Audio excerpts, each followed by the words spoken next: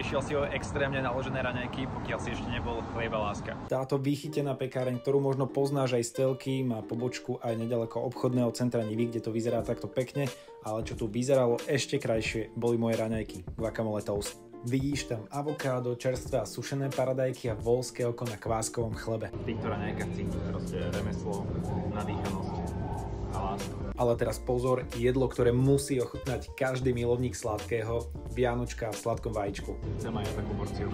Okrem tejto vianočky vo vanilkovom kréme som sa však chcel opýtať aj ľudí, ktorí tu pracujú, prečo Chlieb a láska? Názov Chlieb a láska v sebe ukrýva asi tie dve veci, ktoré chceme zákazníkovi ponúknuť. Vynikajúci kváskový chlieb, ktorý robíme s láskou, a celkovo láska k zákazníkovi. Čo by ste odporúčili zákazníkovi, ktorý je tu prvýkrát? Asi by som určite začal naším pšeničným kváskovým chlebíkom, taký náš signifikantný kúsok, a potom sladké portfólio, raňajky, káva. Aj tá vlastne stála za to rovnako ako všetko tu. Do komentárov mi daj vedieť, či preferuješ sladké alebo slané raňajky a určite sa zastav v Chlieb a láska, aby o tebe neplatilo toto.